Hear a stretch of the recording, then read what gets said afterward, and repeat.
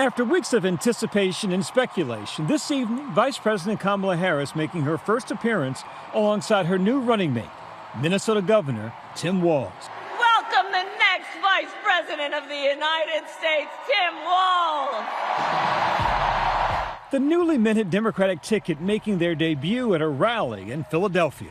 In his state, he has been a model chief executive, and with his experience, I'm telling you, Tim Walz will be ready on day one. The one-time teacher, coach, and veteran addressing the crowd of thousands. It was my students. They encouraged me to run for office. They saw in me what I was hoping to instill in them, a commitment of common good, a belief that one person can make a difference. The news comes amid a razor-thin election. 538 polling averages show Harris up just over 1.5 points above Donald Trump. The Democratic Party hoping Walz can give Harris the edge needed to strengthen the ticket in Middle America and win the White House. We got 91 days. My God, that's easy. We'll sleep when we're dead. That electricity was palpable tonight in that crowd. So I think when you look at what Tim brings an authentic voice of rural America. Whether it is in rural Pennsylvania, whether it's in Michigan, whether it's in Arizona or Georgia. He is who he is. But the choice doesn't come without risk. Some critics calling him too progressive and questioning if he can help deliver moderate centrist voters who are on the fence. I think it is a really, really bad choice, the same way I thought that Vance was not a good choice by Donald Trump. She had an opportunity to bring the country together with this choice. Instead, she's decided to divide us even further. Among voters, a mixed reaction. I don't even know exactly who it is, but seems like a good choice. It's just like, wow, just gonna have to wait and see what happens. But I'm still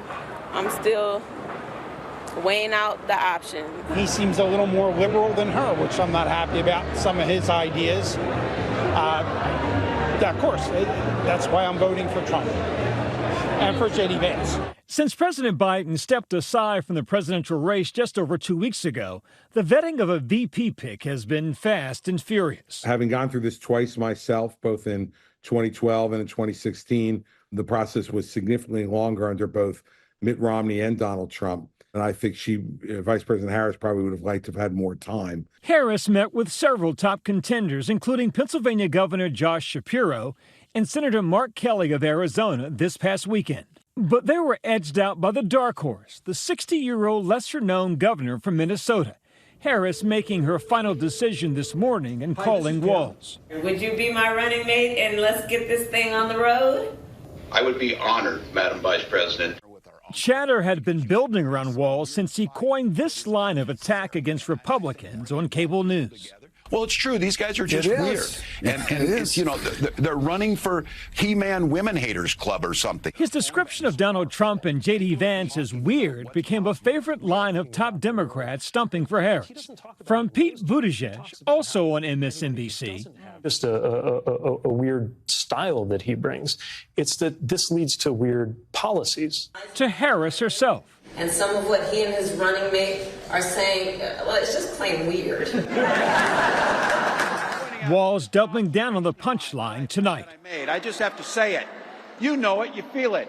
These guys are creepy, and yes, just weird as hell. That's what you see. That's what you see. Look, it's just one word, but it might be the word that actually changed the course of history when it comes to shaping the new Harris-Walz ticket. You wouldn't look at Tim Walz and say this is a guy that would go viral, but in this moment he just seemed to encapsulate the mood, the vibe of Democrats and how they wanted to position themselves. Walz was elected governor of Minnesota in 2018 and is serving a second term. Before that, he was a congressman for 12 years representing a historically red district, and was the top Democrat on the Veterans Affairs Committee. I think for Tim, what you see is what you get, and what you get is very genuine. It's very real, but it also is very rural. And I think that's a great thing for the Democratic ticket. The father of two was a gun owner and served in the Army National Guard for more than 2 decades, reaching the rank of Command Sergeant Major. The time in the National Guard he spent to basically pay the bills to get himself through college. Unlike almost every recent presidential nominee, vice presidential nominee, he didn't go to law school. He's not a lawyer. As governor, he's faced both praise and criticism for his record, including protecting abortion rights in the state after the overturn of Roe v. Wade. And the message that we're sending to Minnesota today is very clear. Your rights are protected in this state. You have the right to make your own decisions about your health, your family, and your life.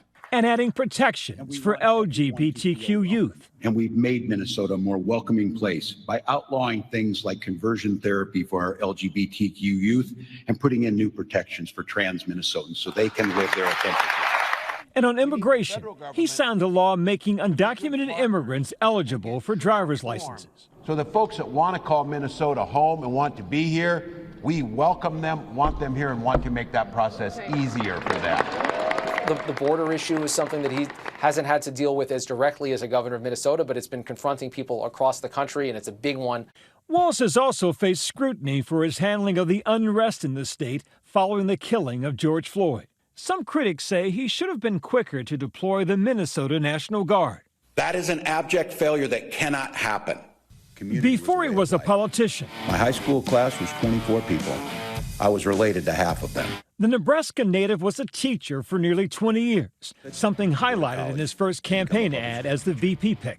I coached football and taught social studies for 20 years. He met his wife Gwen while teaching. They have 2 children conceived through IVF. Hi, Minnesota. Governor Walz here, along with Hope. Videos of him and his daughter Hope have gone viral over the last few days. We're going to go get some food, corn dog. I'm vegetarian. Turkey then. And Turkey's meat. Not in Minnesota, turkey special. He makes you feel seen and he makes you feel heard and he tells bad dad jokes and all that kind of stuff. Blake Frank was Walz's student at Mankato West High School back in 2000. He was incredibly energetic, incredibly enthusiastic. I would often compare him to the Matt Foley character in Saturday Night Live. Now, young man, what do you want to do with your life? He'd be just getting so expressive about teaching geography, which was a class that, I think a lot of people maybe tune out of, but there was no way that you could tune out of Mr. Walz's geography class. Walz inspired Frank to become a geography teacher. He's all in for his former teacher. You're going to see that passion that he had in the classroom on the debate stage for sure. Many voters wondering how Walz will size up against the man who he could be facing off against on a debate stage. And I got to tell you, I can't wait to debate the guy. J.D. Vance. That is, if he's willing to get off the couch and show up. So, you see what I did there? Vance already going to attack at his own rally in Philadelphia today. I think that what Tim Walz's selection says is that Kamala Harris has bent the knee to the far left of her party, which is what she always does. They're both from relatively humble upbringings. They both grew up in relatively rural circumstances, and they both served in the military. The way that they came to prominence is much, much different. But I do think the clarity with which they can communicate their commitment to their values does make them kind of two sides of at least a similar coin. You have 2 candidates who wanted to double down on their own base rather than try to unite the country.